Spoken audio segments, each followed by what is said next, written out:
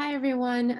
Welcome and thank you for joining us today on the New England Mental Health Technology Transfer Center webinar on recovery-oriented mental health services for Hispanic and Latinx people.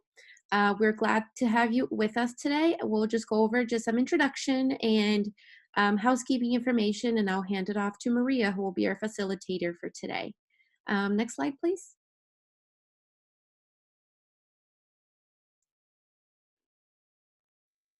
So just to start with some housekeeping information, participant microphones are muted. So if you do have any questions during the webinar or any technical difficulties, please let us know in the chat and we can help you out. This session is being recorded and it will be available on the MHTTC website tomorrow. And information about the certificate of completion will be sent in a follow-up email. I did see a question in the chat regarding last session's certificate. We do ask participants to wait about 2 to 3 weeks to process that. We do have one staff person who handles all the certificates requests for MHTTC. But if you put in your request, no worries, you'll be receiving that shortly. And if you do have any questions after today's session, you can always email us at newengland@mhttcnetwork.org. And with that, I will hand it off to Maria. Oh, and just a reminder to everybody, in the chat, there is a setting that says to all panelists. If you click on that and change it to all panelists and attendees, all of the participants on today's webinar will be able to see your messages, your questions and comments. So don't forget to change that setting. And I will hand it off to Maria now. Thank you.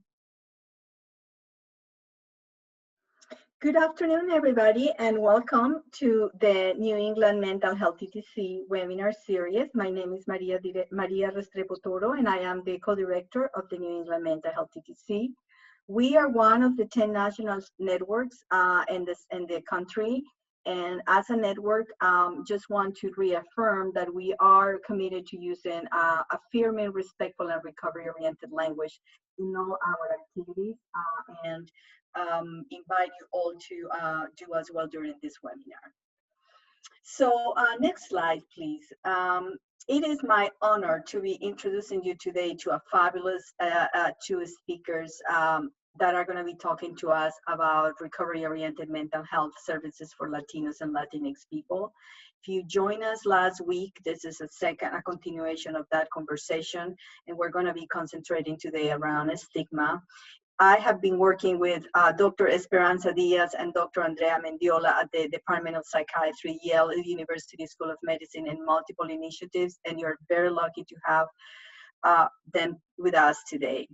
But before I introduce them properly, I want to please advance to the next slide and just to kind of situate this initiative. As I talked to you last week, this is part of an initiative that we're doing in collaboration with three mental health TTCs. The National and Latino Region 2 Mental Health TTC, the Northeast and Caribbean Mental Health TTC, that's Region 2. The National Hispanic Mental Health TTC, which is down in Puerto Rico, and the New England Mental Health TTC, which is the one hosting the webinar. But this is a joint initiative, and our initiative is titled Partnering to Facilitate a Culture of Behavioral Health Recovery in Hispanic and Latinos Communities. So we are delighted to see people today again in this webinar from all over the country, and we are delighted that we could build a community with you and continue to talk about this important issue of Hispanic, Latino, Latinx mental health. Next, so I think it's clearly in terms of the urgency and the importance of this topic, we do know that Hispanics, we are the largest minority in the U.S. territory, and I think our TTC region, which are all projects that are funded by SAMHSA, have really pointed out regions specifically that are actually have a large populations of Latinos. So it is our mission between the three mental health TTCs to really bring the message of hope and recovery to all of you today. Next, so today our two guest speakers, as I said, are not only my colleagues but my friends. I have the honor to serve with them in a group called the Yale Latino Behavioral Yale Latino Recovery Collectivo, And we've done some amazing work, and they've been around the work of the Hispanic Clinic at the Connecticut Mental Health Center for a long time, and they are doing fabulous work. So they are here to join us today. Dr. Esperanza Diaz, who is the director of the clinic, and Dr. Andrea Mendiola, to talk about how to promote culturally and recovery-oriented services to Latinx Hispanics while addressing the stigma of having a diagnosis of a mental health disorder. The stigma topic is something that we learned from you when we did our initial focus groups. Last week, Oscar and I talked about engaging Latino, Latinx communities into behavioral health services and promoting recovery. And this week, we're going to address the stigma because we do recognize the difficulty sometimes that having a diagnosis of a mental health disorder brings to our Hispanic, Latino, Latinx communities. So without further ado, it is my honor to introduce Dr. Esperanza Diaz and Dr. Andrea Mendiola with you today. Thank you. Thank you. Thank you, Maria Elvira, for such a kind introduction. I'm happy to be here, and I'm going to start this presentation. First, well, we don't have any disclosures, and we want to review our outline for today. We'll review some educational objectives.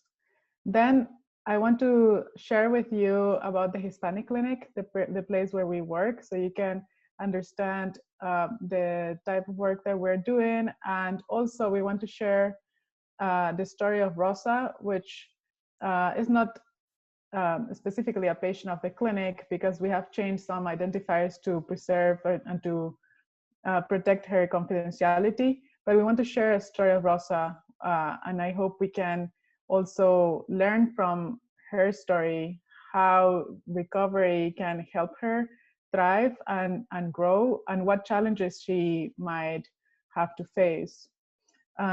We will also review a brief review what is recovery and the recovery-oriented services, some of them given at the clinic, at the Hispanic Clinic, and also we'll focus on some challenges and how to overcome stigma related to mental illness. We'll review what has been found to be helpful to provide recovery-oriented services, which are also culturally sensitive for the Hispanic community.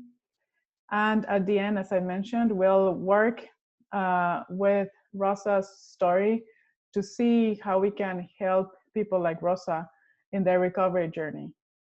Hopefully at the end, we'll have time for questions and answers. So please feel free to use the chat at the end to ask some questions.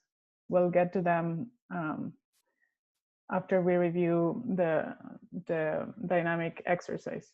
So we hope that after this webinar, everybody will learn more about recovery-oriented services, that you can name specific interventions to actually provide culturally sensitive and recovery-oriented services for the Hispanic community or the Latinx community. We'll be using the terms Hispanic, Latinx, and Latino probably in different ways, but we mean persons who speak Spanish. And we hope that also after attending this webinar, you can mention challenges that are encountered by this community related to their recovery journey.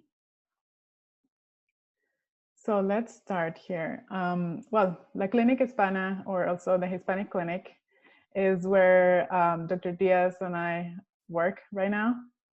The Hispanic Clinic is in New Haven in Connecticut, and it started in 1973 as a collaboration between Yale University and the state of Connecticut, the Department of Mental Health and Addiction Services. And it serves patients or persons with mental illness that only speak Spanish for problems related to mental health and substance use.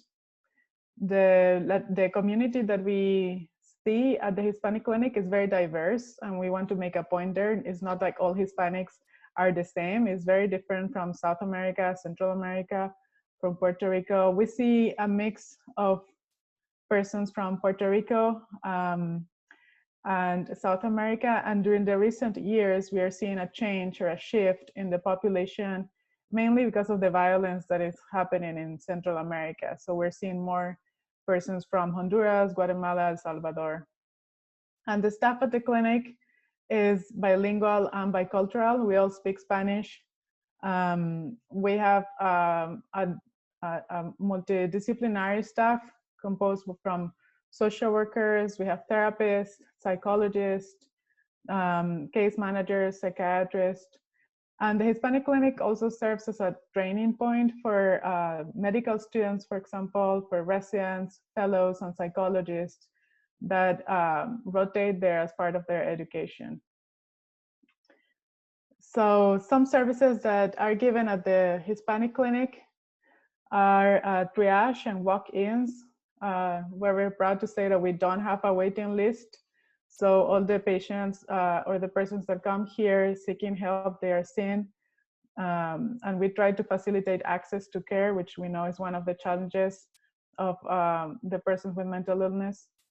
We now provide telemedicine. I think like as many of you, now we are shifted to this way of delivering services. We have individual and group psychotherapy. We tried always to involve friends and family. We had, well, before COVID, we were having some celebrations with family and friends. We provide services of case management, also psychiatric assessments and medication management. And we work with the community, mainly with primary care providers and other community organizations to provide other services that can help the person's recovery. And I want to make a point of that because it's very important for us not only to provide the medical part or the mental health part as just psychotherapy or medications, but we need to help sometimes the persons with different stuff, as like we work with organizations that help with legal issues, with financial assistance, or we work very close with churches in the community, the Spanish-speaking churches. Some of the programs of the community that we work with are the Connecticut Latino Behavioral Health System, and Dr. Diaz will talk a little bit more about it. Also, we work with Yale Perch, which is the program for recovering community health. Latino Colectivo, as Maria Elvira mentioned, is the organization of different mental health professionals, and we work to improve recovery in the Hispanic community. And other community organizations, as I mentioned, some of them, they help our patients get financial help. For example, IRIS help refugees and immigrants, and also provide services for our asylum seekers or that are in the process of seeking asylum. And as I mentioned, churches are very important since the religion is such an important factor in our Hispanic community. We work very close with them. So now I want to share with everybody the story of Rosa. As I mentioned, some of the identifiers have been changed to protect Rosa's confidentiality. And I want everybody to pay attention mainly to the factors that are related to Rosa's recovery and the challenges that she's going through, because we're going to review them at the end as a way of applying the concepts that we learned today during this webinar. So Rosa, Rosa is a 42-year-old Spanish-speaking Venezuelan woman without insurance that has been living in New Haven for about 15 to 20 years. She lives with her mother and her daughter-in-law. The daughter-in-law is 7 months pregnant. And Rosa has been living with her son, who was actually the financial support of the family. Rosa doesn't work, and because they don't have any insurance, they also don't receive any state benefits. So the son has been the main financial support. However, there was a lot of domestic violence at home, and Rosa was debating between what to do about that, right? Like she loves her son and wanted to help him, but also on the other side, the domestic violence was escalating too much, to the point that after much discussion, she decided to call the police, and they took her son detained. He was arrested, and now he's awaiting trial. So that's a big stressor for Rosa at this point. In the past, Rosa used to use crack cocaine and heroin for many years. she never shared that with her family. She felt ashamed that maybe they would think she was, and in her words, that she was addicted, that she was a druggie, and she would feel ashamed about that, that her family would say those things to her. But also she always thought that it was never a big problem, that she could quit anytime, but she was using for about 15 to 20 years. However, when her daughter-in-law told the news that she was pregnant, Rosa decided that it was the time for her to change. She wanted to stop using any substances, to be a supportive grandmother, and she came to the clinic asking for help. She was started on psychotherapy, individual psychotherapy. Rosa didn't want to do any groups because she didn't want to share her experiences with other people. Also very concerned what other people would think about her. And since she came to the clinic, which was a few months ago, she has not been using any substances except for some alcohol, occasional celebrations with the family.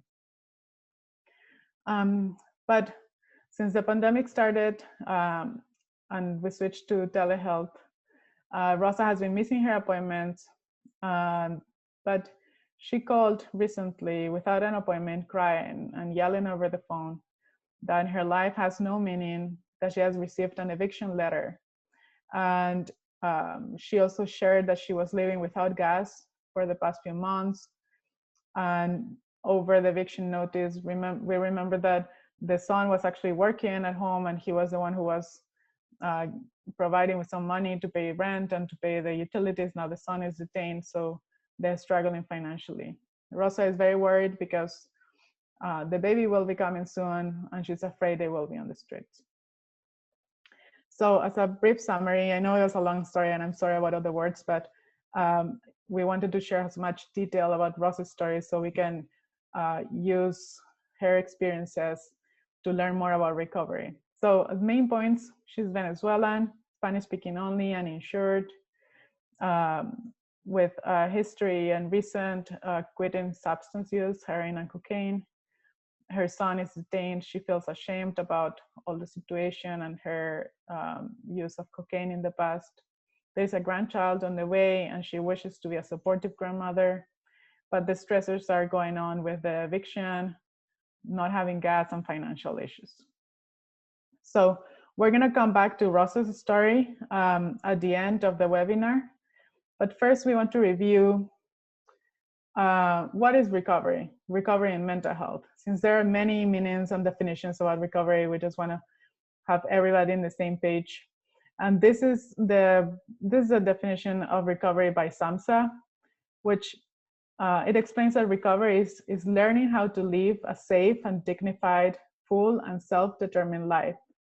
And it's learning, which is like an active verb, because it's a process, right? It's not that somebody achieves recovery from one day to the other. It's a journey or a process. And somebody can achieve all this while having serious mental illness or any other illness. Now, and I like these dimensions of recovery that SAMHSA uses to describe it, because it makes us understand that recovery is not just one thing, right? It's not just being cured from some symptoms or like getting done with some illness. It involves much more than that. So it has 4 dimensions. The first one is health, which is overcoming or managing, like living a healthy way, which is physically and emotionally healthy. A second dimension is home and having a stable and safe place to live. Third dimension is purpose, which describes having meaningful daily activities, which can be having a job or being a student at school, but also it doesn't have to be something that brings you income, although financial is also a part of recovery, but it can be volunteering, caring for a family member, or a hobby, or any creative activity that someone finds meaningful, and also participating in society.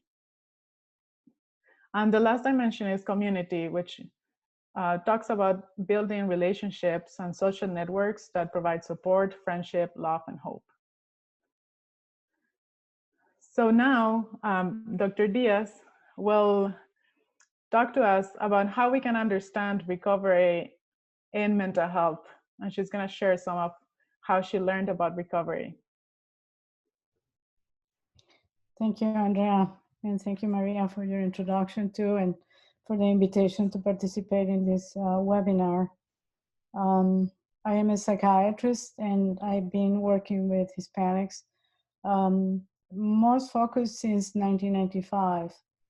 In the early years, as a junior faculty member, I was invited to participate in an evaluation of a program for the homeless mentally ill, not here, but in Bogota, Colombia, where I am originally from.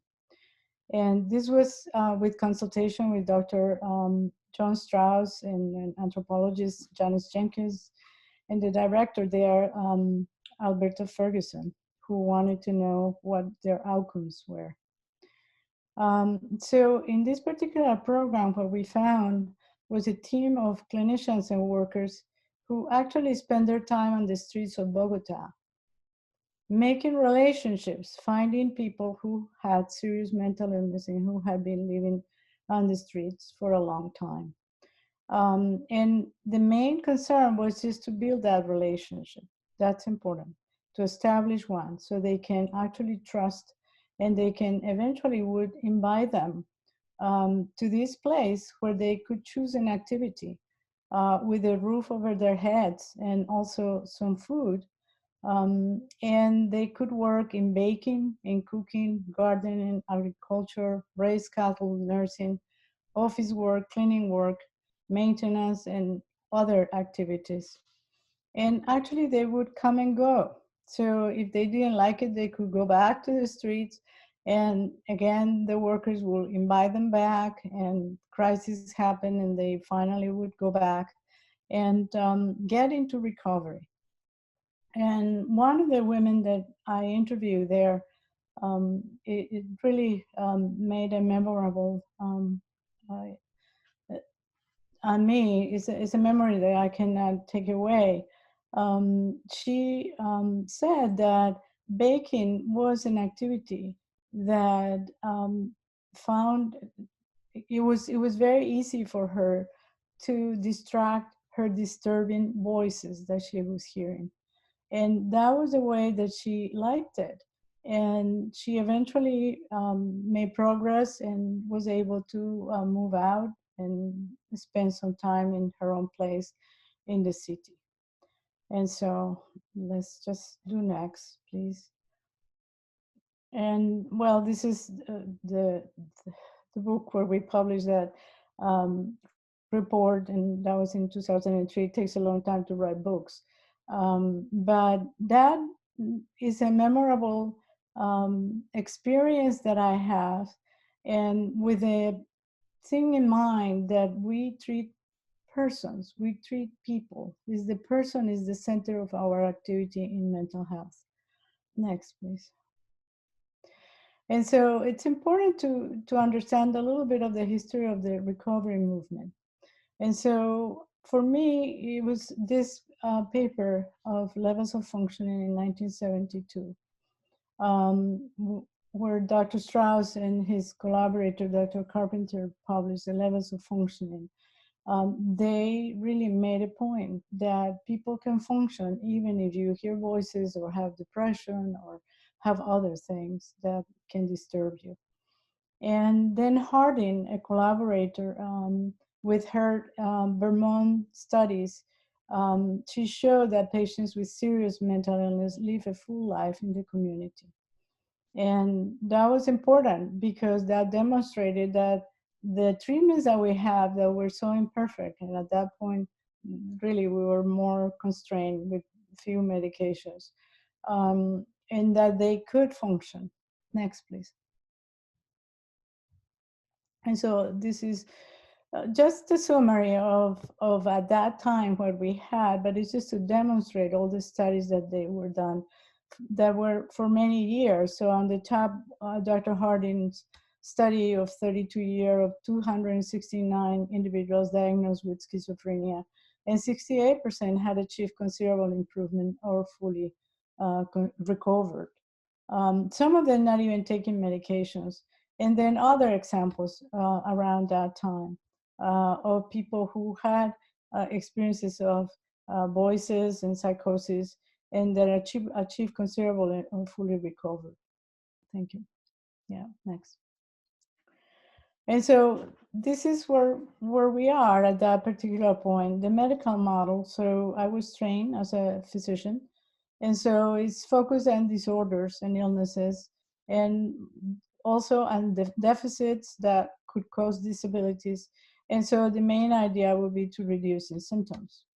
But then the recovery model is an uplifting proposition. So it's just to live a full life, that you can go back to work, that you can go back to learning, and you can participate in the community as a regular citizen.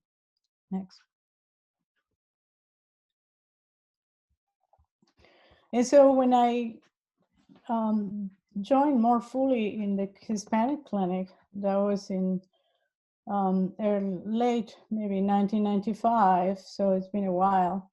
But I found a clinic that was sustained by an academic affiliation between an institution of education and the state of Connecticut, the government of Connecticut.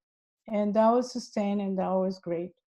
But there were many, many challenges, and we wanted to make sure that we continue to build culturally sensitive, recovery-oriented services. So one major challenge was really the paucity of behavioral health services research in minorities. There is very little written about that. And if you search for recovery studies in Hispanics, then we found Hispanic values, and I'm not going to focus on that. I can name some: familism, spirituality, respeto, respect, and some of those. And the treatments that are actually described in these studies involve spirituality, religious coping, as well as family-oriented interventions and family cohesion, and all of them are suggested as effective building culturally sensitive services. They also suggest that we need to drop the medical model presuming pathology to focus on the various cultural contexts influencing psychological well-being. And so these studies by Wiseman and Latinos in America, that's the paper, and Gurak, who focus a lot more and talks more about the second and third generation, so I'll call them Latinx, and who may not even recognize some of the Hispanic values. And that's something that we need to keep in mind. We're very diverse. Next.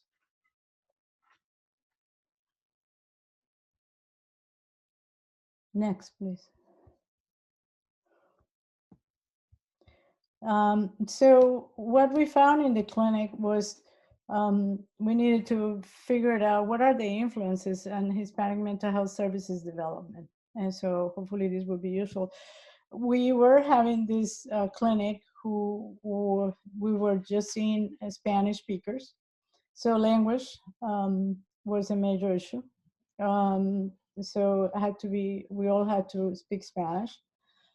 We need to address the culture. So, and we now know that very diverse and characteristics influence, they influence the health services. We need to address the social determinants of health. So our population was poor.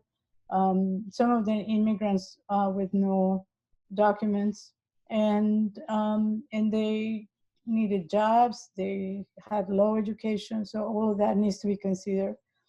The underutilization causes. So even though we were there, they didn't want to come. They didn't want to come. And the providers were not all outside of us, are not bilingual and bicultural. So we also found that the scarcity of providers was a problem. So next, please. So what is it that we did? So advocacy is important. So through advocacy and through connections in the community, we make access as a priority. And you heard Dr. Mendiola said that we don't have a waiting list. When I got there, they had a waiting list of 2 or 3 months. And I said, well, what is the service? Good. If they have to wait for 3 months, my goodness gracious. So we made it possible that Uh, it takes a while, but it really is important to attend when somebody calls, to immediately answer, to not give the appointment 3 weeks later, but soon enough, so they could actually feel like somebody's listening.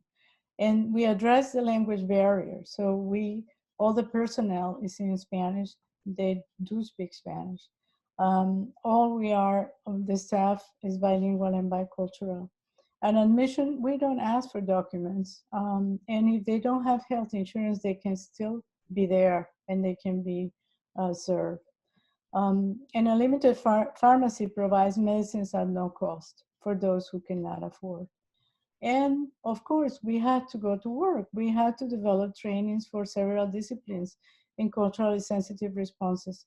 And so we started with psychology, and there was psychology internship, and then the residents for psychiatry, and the medical students, and nurses, and social work, and all those disciplines. And we were able to develop those because we were sustained, because of advocacy, because we were able to provide those kinds of things, and the academic affiliation could do that.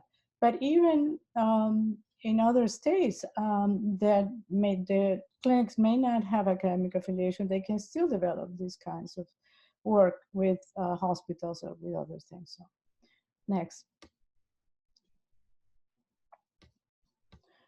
And so why is it important to inspire? So we ended up talking about why they would not come, underutilization of services. Our name, we were fortunate that our name doesn't have the name mental, because that would have probably scared people more. We're called La Clínica Hispana. It's not calling the mental health clinic. It's La Clínica Hispana. And at that particular point, we were actually outside of the medical center. So we were confused with medical places. And so sometimes they would come to treat heart attacks and things like that. And that was not right. But people felt okay because this was a medical place. But social prejudice and stigma and discriminations are one of the main obstacles to recovery. And so here we have a population of ethnicity. So it's race, ethnicity, language barriers, and now they do have mental problems. And so stigma can have a devastating effect on both the person and the family, and increase suffering and unnecessarily increase the problems of mental illness. And internalized stigma leads to despair and lack of hope. And so this is a major problem. And people did not come to us because they were afraid that others would see them and that they would be criticized and stigmatized more. So we got to work by really being visible in the community and starting to develop networks, and that's the way that we thrive. Talking to churches, talking to the leaders of the community, being present in the fairs in the community, doing activities that would involve families in Spanish and conferences in Spanish. Next, please. So we grew, and when it was time to expand, because we were bursting at the seams, but now underutilization was not a problem. So then we needed to expand, and there was some money, and again, through advocacy and through working with legislators and other community members, this network of people now get formalized and asked to have more funds. And these funds, instead of coming to us internally, it was designed that they would be used to give hours of a bilingual bicultural therapist to every agency that participated in or participates in that network. So 2 primary care clinics and about 4 or 5 agencies that address issues of mental illness and substance use are part of the Latino behavioral health system. And they do meet monthly to talk about their issues, because obviously this time is not like forever, it's very limited. but they see the people that are less seriously ill. And then we in the Hispanic Clinic, we see the most seriously ill people. Next, please. And so, so it's the same target. The target population is monolingual Hispanics, adults, regardless of ability to pay for services. The professional qualifications, they have to be licensed or license eligible. And there is performance measures and service reporting. Quarterly reports. Dr. Silva is the one who runs that program, and she it's the one who collects all the information and gives the reports to the state. And that continues to sustain us. Next, please. So now this is about cultural formulation. It's a cultural formulation interview, which I bring it here because it's an instrument. It's just to increase the skills, so we address the person. And we have been using the cultural formulation questions that would address who you are, how do you identify? Do you identify as a Guatemalan or as a Puerto Rican? What kind of language do you prefer? And that was in DSM-4, but for DSM-5, there was this group that we participated in the development of the cultural formulation revision for the DSM-5. And so we developed 16 questions, and these are in Spanish also, to assess the cultural and personal factors that influence the prospects for symptoms and treatment options. And includes questions about the patient's history regarding their culture, race, ethnicity, religion, and geographical origin. And we work with Dr. Luis Hernandez in New York, with other 13 sites around the world. And the 3 sites with Spanish was New Haven, Peru, and New York. And so, but we use this as a way to educate and as a way to make sure that our trainees are familiar with how to do an interview, so they can consider all the factors, not only cultural, but also structural, because we're also interested if the person has food and what kind of religion they have, what kinds of things they have had in the past that help, etc. So next, please.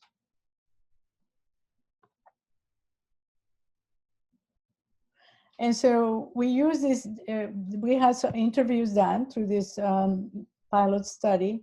And so we use these interviews to analyze and to find out, the question was, what is helpful? What is it that the people who come to a Hispanic clinic finds helpful and in the services they receive? So this is the paper that we published. Next, please. And so this is what we found. So Hispanics like mental health services at the clinic because they find trust, which is one of the Hispanic values. They feel that their culture is respected. They find providers who look like them and speak the language. The services help them to address the stigma of mental illness. And there are some of the questions in the chat about what helps.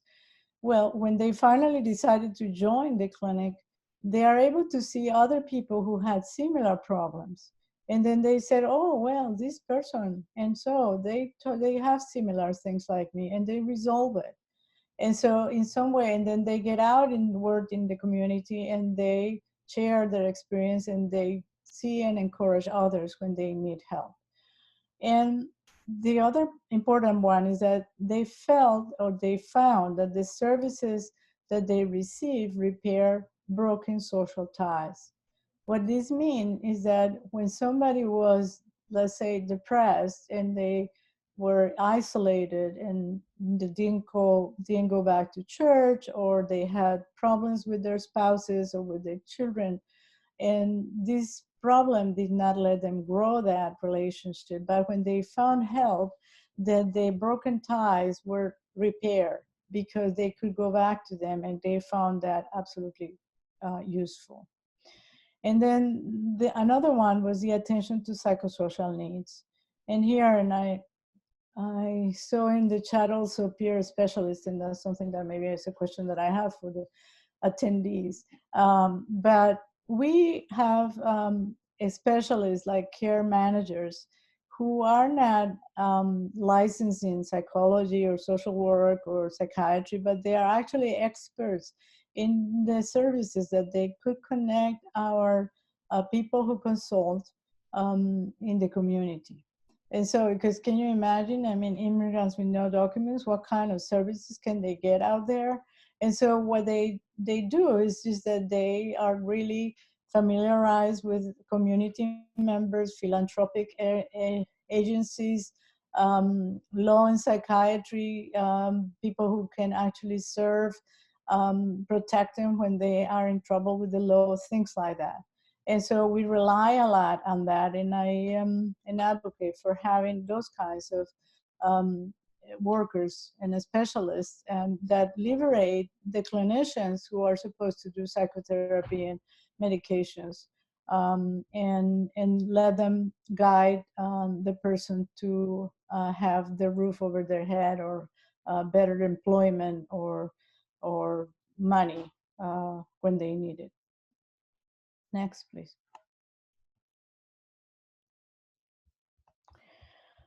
So in summary, what is it that we have to build Hispanic mental health services?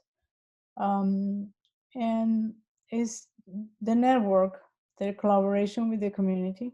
And so that's really crucial. We would nowhere without that collaboration, and it's collaboration with the community and also with your own leadership, who also supports us. So that goes to sustain funding, and that's something crucial, because without that we wouldn't go anywhere either.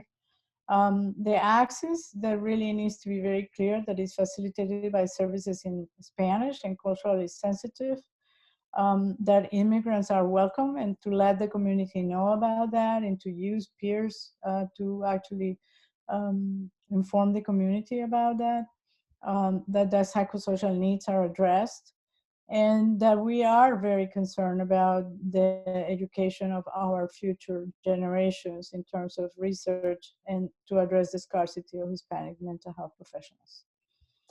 Next, please. I think that's probably my last.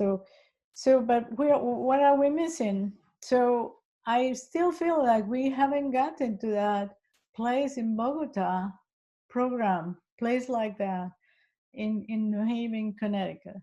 So I think we're missing culturally sensitive recovery interventions, and I'm hoping, and we're working on it, and Dr. Andrea Mendiola also working on it, trying to find a way to make sure that we build culturally sensitive recovery intervention. And maybe someday we'll be talking here about what is it that we found and what is it that we're doing.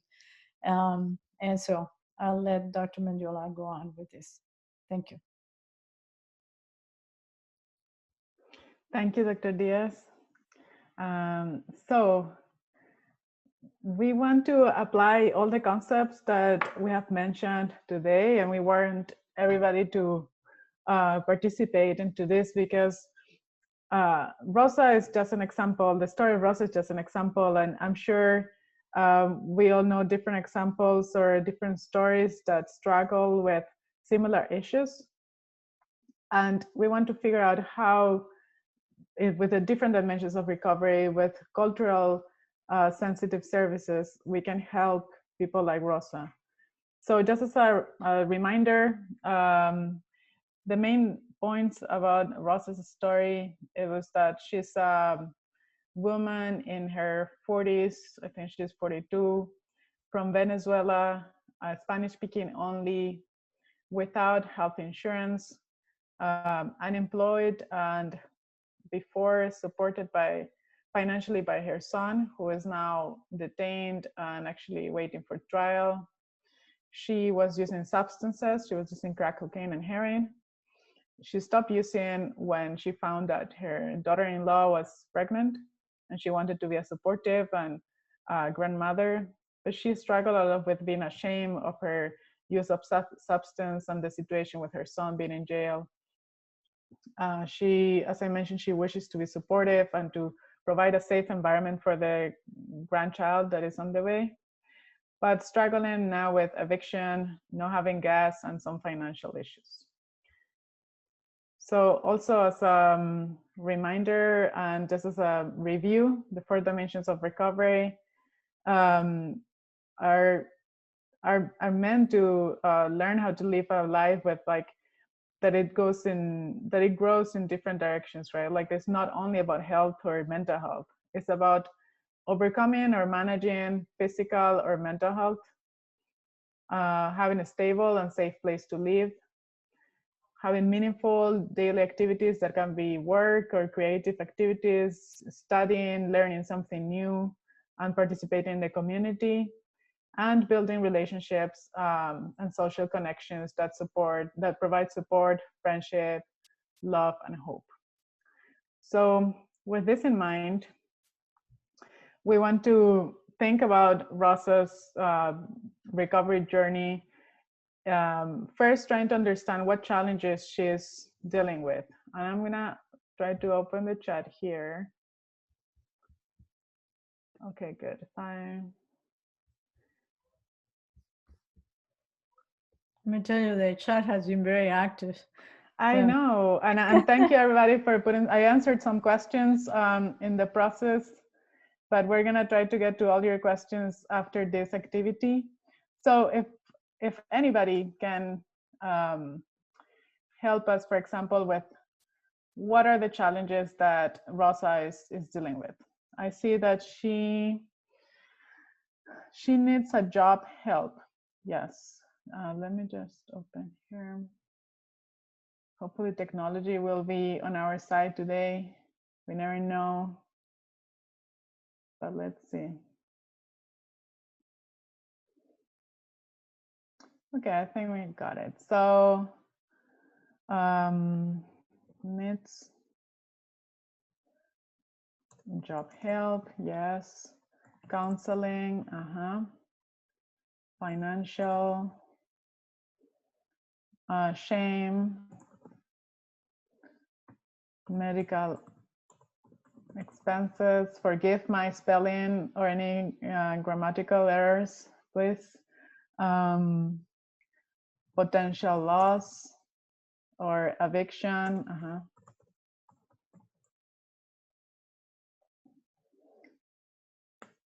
I saw something else. Language fire group. Language barrier.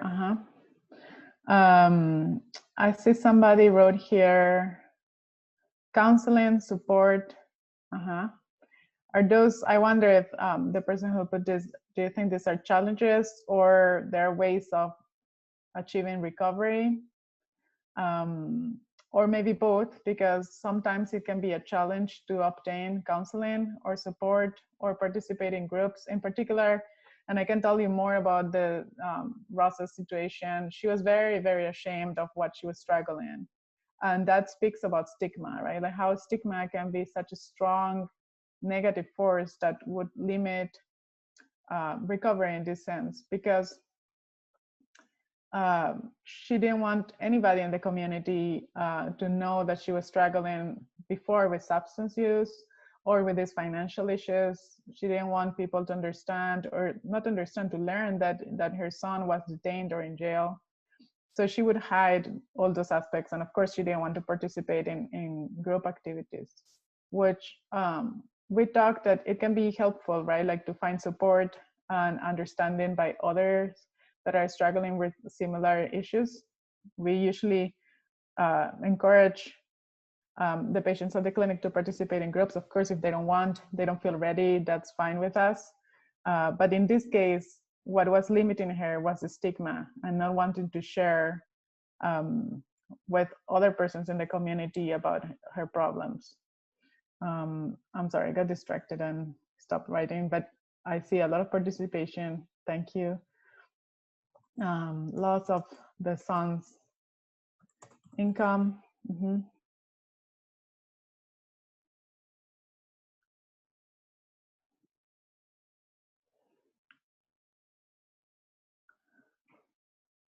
Yes, I see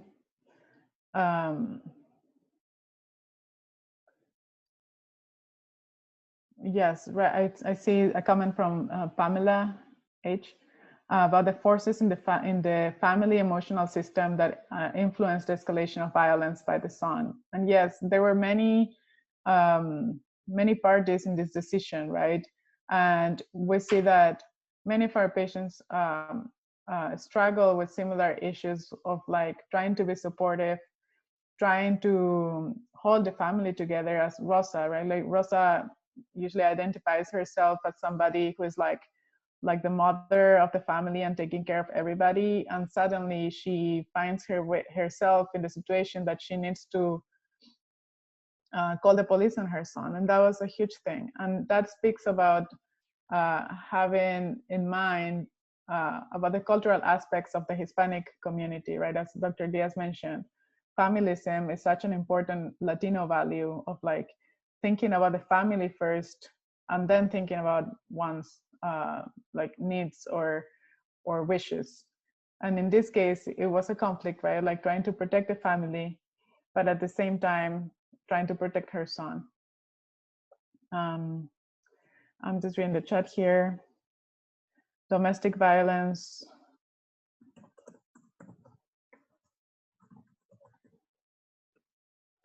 Fear from authority figures. Dr. Diaz, feel free to, I saw you unmuted yourself. Feel free to comment if you want. I'm just gonna complete the list of challenges that. To help you so you can, I mean, loss of hope is one of the major issues. And I mean, if you can not do anything, the only thing that you could do would be just to, is still hope. And so loss of hope was in this case. And Rosa is an example of, this is a unique family. It's now father, mother. Now is the mother-in-law living with the daughter-in-law and the children, and the son is in jail. And it's so common that we see grandparents taking care of their grandchildren because their parents are in trouble with the law. And so that is a major challenge. And then when they go to school, they cannot really find out, they cannot speak the language, and so that's another major thing. So I mean, I'm adding to the thing. Mm-hmm. And I think, yeah, I think you're all mentioning key aspects of the challenges that Rosa is struggling with. I would also add here the substance use. Maybe I didn't mention that in the story, but Rosa used substances as many people as a way of coping, right? Like, I mean, sometimes they just, people can find relief with using substances, like escape from reality, escape from the problems. And this was something that she was very afraid of, right? Like with all these stressors, she was afraid that she would go back to using substances. But she had this huge motivation of keeping herself healthy, so the grandchild that was coming was going to come into a family without substance. And that was something so important for her, that she would remind us and remind herself every time she would feel like an urge to use. Yeah, in the chat also, she's an immigrant, and immigrant now is one of the social determinants of health. And so somebody was asking if she was documented. I'm not sure if no, she was not. Presented her as Venezuelan, so I imagine she's not. And so I think that is a major problem. Fortunately, the clinic is now known that we're not going to ask for papers or anything, and she was able to come and consult. Yes. Now I think we can focus. Let me just put this little here. Now I want everybody to try to focus on recovery, and this, trying to use all the different aspects, dimensions of recovery. I like the SAMHSA description of recovery with the 4 dimensions. But I also like adding the cultural dimension to it. I think the cultural part can be part of like living, building safe relationships, but it has like special value that I think it's important to focus on. So let me just add here. Okay, so I saw, okay, I switched to Spanish instantly, but sorry, access to care, housing, stability, key, right? I mean, it's very hard to ask somebody to, I don't know, to not use substances, to feel well, to thrive when they actually don't have a house, right? Like, I mean, or they're about to lose it. And knowing that it's not only them, right? For Rosa's situation is her mother, who is in her late 60s, the daughter-in-law, and the child that is about to come. So it's tons of responsibility that she takes on herself. So it's very important, the housing stability. Very good. Oops. Family support, legal counseling, navigators, advocate, and that's something that we need to make a point. And I think Dr. Diaz mentioned this briefly, but finding peer specialists has been a challenge. I would put it more in the challenge section, because it has been challenging to find peer specialists that speak Spanish and that share the culture. For example, in Connecticut, the university with or the service where peers can get trained is in English. So it just adds an extra layer, right? That the person with lived experience needs to speak English. So add some limitations for our peer specialists to be Spanish speaking. Income, yes, and that's very hard. And I'm sure everybody that works with patients that are immigrants, or that they don't have any documents here, it's very hard to find income support or any other financial help. I see interpreter service. I think interpreter service is something that we're lucky that we don't have to deal with, at least at the clinic, just because we all speak Spanish. But I agree, interpreter service are so needed for other issues like seeking medical help or financial issues, or advocacy in other areas that also it's a barrier when there are not interpreter service available for our patients. And let me see, I missed a little bit. I see Lourdes wrote religion, and that's very important. I didn't mention that in the case, but Rosa is somebody who is religious, and we all know that during the pandemic, religion support has been a little different. I know some churches, at least in the New Haven area, they're still having some in-person services or some activities.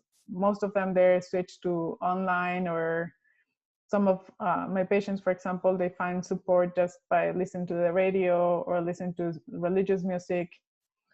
It's not the same, but every time I speak with somebody, I try to find a way to help them connect to religion as how they were doing before, or at least to get access to certain services, certain activities that they can do to keep that going.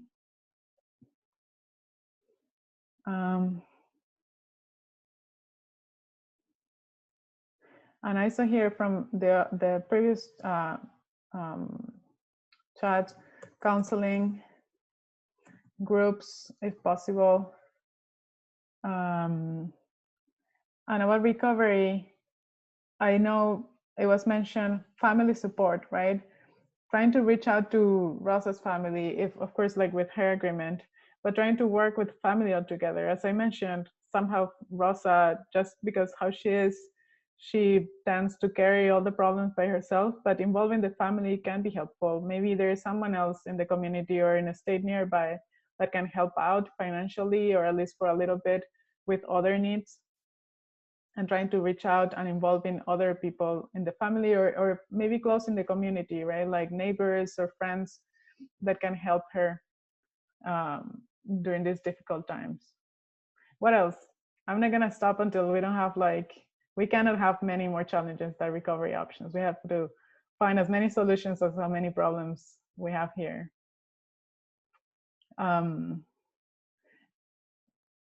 Any more? I'm trying to look. Oh, I'm behind in the chat. I'm sorry. Utilities assistance. Uh-huh. That was earlier.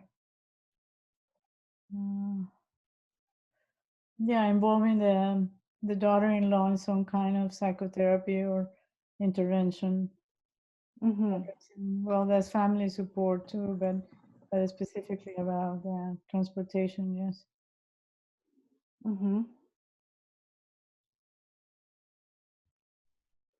Yeah, warm welcoming stuff. Yeah, of course, making the space as welcoming as possible. That helps everybody to come in for services. We usually at the clinic, we have Hispanic decorations. Sometimes there's some music running there, and smells like arepas. There's like a little kitchenette somewhere. So it somehow gives like a very welcoming environment for everybody. I feel at home when I'm there. Somebody talk about a WhatsApp group for the family support, and that's something that we have not been able to establish readily with COVID. We tried for a Facebook, but the state of Connecticut doesn't allow us to do a Facebook page, and that was kind of a challenge for us. But the resources for education are absolutely necessary, yes. And the WhatsApp group, I think, is maybe I'm not sure if I'm wrong, but younger people. And I don't know how old is Rosa? I forgot how old is Rosa. She's 42. Oh, she's not. Well, I mean, from my point of view, she's not that old. Maybe from the audience point of view, she's old. But no, she can get into WhatsApp. Okay, I think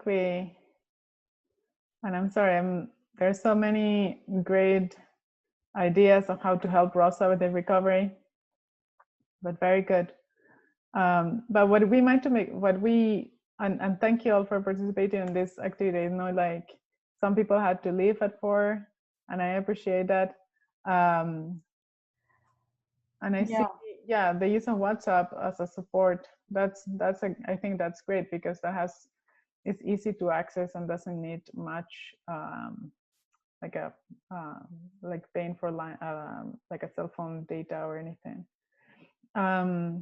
So yes, what we want to make the point here is that understanding somebody's challenges, sometimes it's easier, right? Like to say like, oh, we have all these problems, but then how can we help them from a recovery point with different dimensions, different aspects of help? There are certain things that I know that are easier to facilitate or to start with. There are some issues as like, for example, at the clinic for us, one of the main ones is looking for peer specialists. But that doesn't mean that we can just not do it, right? Like we have to advocate for them. We have to keep looking for what other recovery initiatives we can use to help our patients like Rosa in their journey to recovery. And I think I'm going to stop here. And I see we have some more questions. Let me just.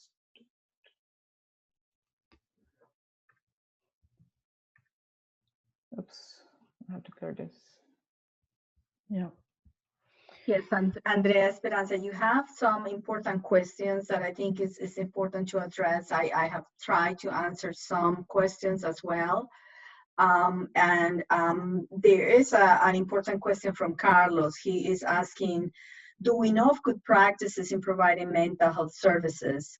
A challenge is ethical practices with respect to the attitude of subject and with alternatives against racial discrimination and segregation. So in other words, are they good practices to avoid, I guess, racial discrimination and segregation? Do we know that it's still present within the Hispanic and Latino population? What both do you think about this?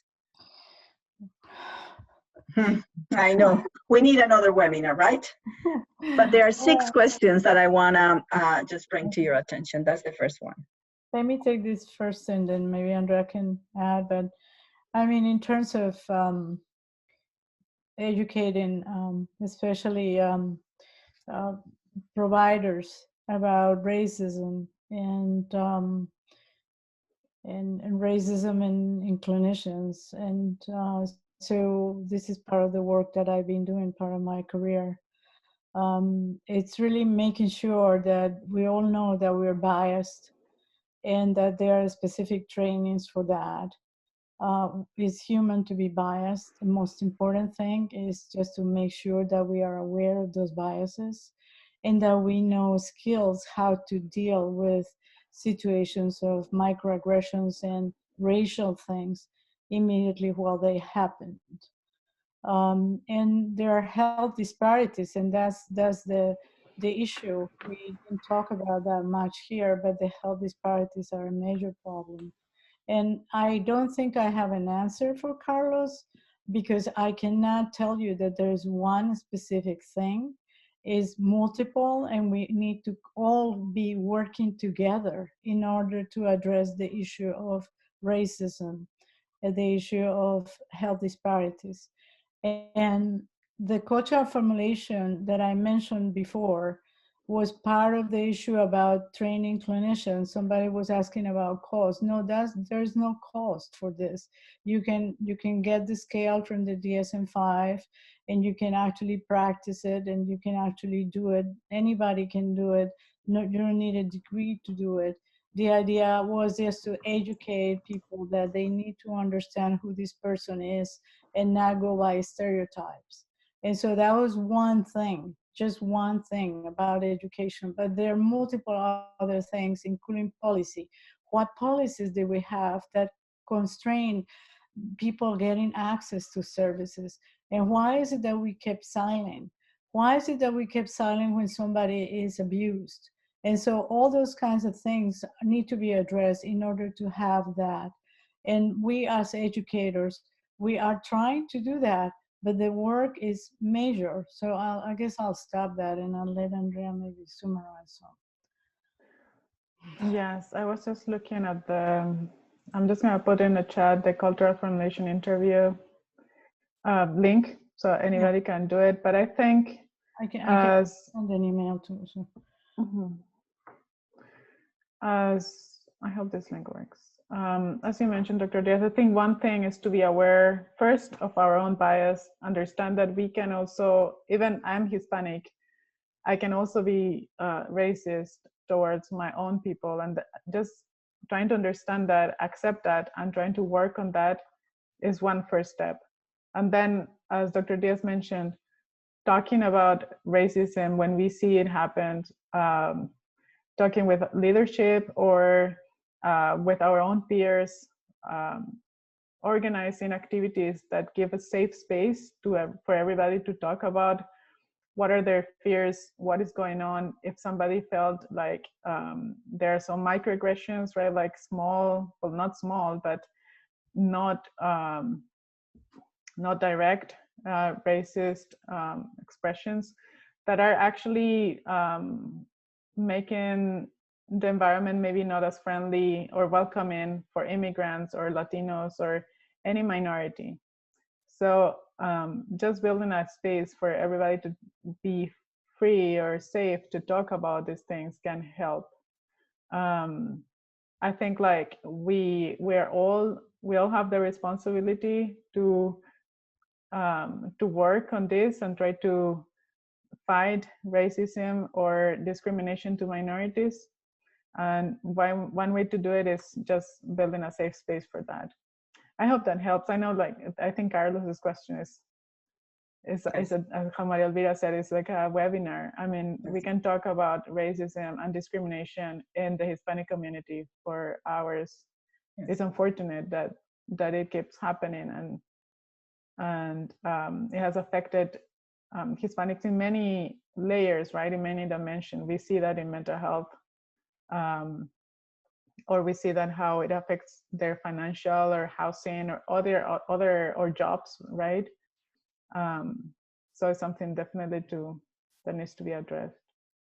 Thank you. Thank you both for responding, and I agree. And I think one of the things for Carlos and for all of you who are in this presentation today, this is one of the beauties of this initiative. We're really taking into account all of this conversation we're having so we can inform the process to move forward. And this is something we probably need to do as the 3 mental health TTCs that have been involved in this effort will partner together, because I think both the speakers talk about the importance of doing this together. There is an interesting question, and I did ask, it's asking, do you use sign languages to also communicate to disadvantaged Latinx populations or any other disadvantaged disabled populations? I'm not sure if they are talking about people with hard of hearing practices when they talk about sign languages. So I don't know, I did email wanted a little bit of clarification, the question about sign languages. Yeah, and I think I answered a little bit about that, because I also, I understood that this was about persons that are deaf or hard of hearing. I mean, at the hospital, we have a deaf and hard of hearing team that speak sign language. And I happen to work there. Also, we have some Hispanic patients there that speak American Sign Language. So they actually help those patients. Now, I don't know if, I'm just making more questions here, but sometimes we have patients at the clinic who, for example, they don't know how to read or write. We have to provide the same services to them in the best way. Sometimes we ask family members to participate when there is something that they actually need to read the medications. I usually also draw medication schedules for them that can help them understand a little bit with the medications. But otherwise, therapy, I mean, it because it's done in Spanish and by bilingual and bicultural staff, the connection and the conversation is easy and just happens fluently. I don't know if that's what the question was about, but I hope that answers. Thank you, Andrea. That sounds great. Yes, but the person can maybe said something as well. There is a very interesting question about stigma, and I think you did definitely both of you address this, which is actually the main topic of this presentation in terms of proper resources and public strategies to engage stigma prevention. So there's definitely a lot of research, and we had talked about the importance of having and meeting somebody with this in recovery as a very important aspect of combating. This is why the importance of peer supporters or specialists as well. So the question really is about, yes, public strategies in combating substance misuse, suicide prevention, community-friendly customer service.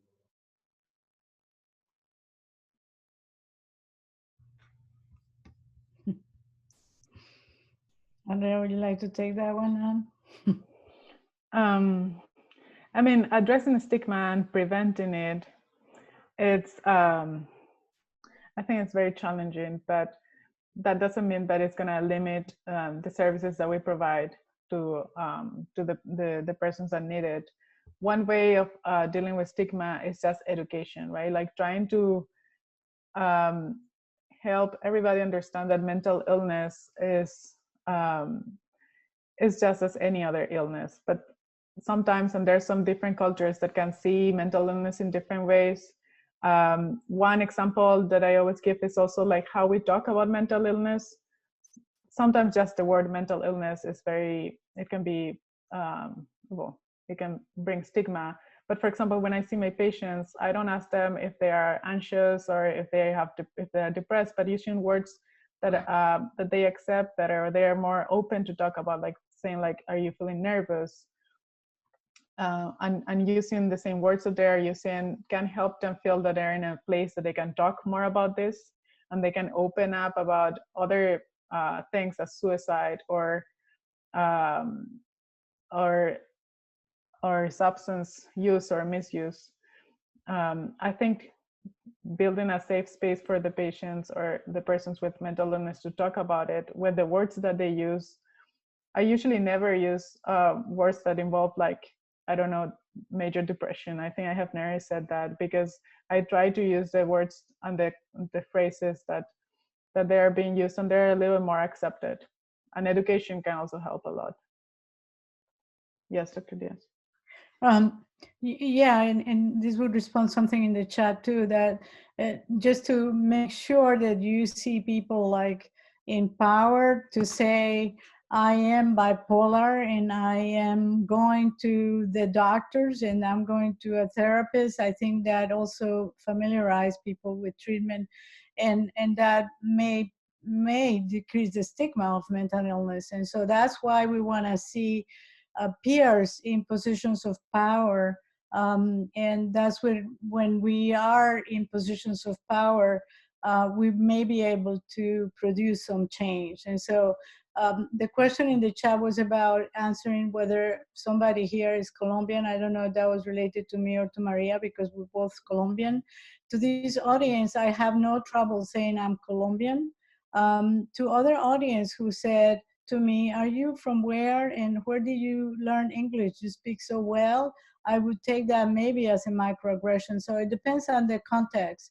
But yes, but we as foreigners, as I am a foreign medical graduate, now that I made it here, I am able to say, I am doing this and you can do it too, and I can invite others like me to be part of it, so we can change policies and we can work together. So that's it. Thank you so much, both of you. What a pleasure an honor to have you in our presentation. I think it's definitely time to wrap up. I don't know if we have a final announcements from the Mental Health TTC. The presentation will be available with the recording. We're also going to be developing materials in both Spanish and Portuguese, along with the presentation, so we can continue to work together and bring in the message of recovery and hope to our Latino, Hispanic, Latinx communities. So thank you so much for joining us today, and feel free to reach any of us on the presentation or on the team. We'll be happy to continue the conversation. And Dr. Diaz, Dr. Mendiola, thank you so much for joining us today. Thank you very much. Thank you for inviting us, and thank you, everybody, for participating. Yeah, thanks so much. Wonderful.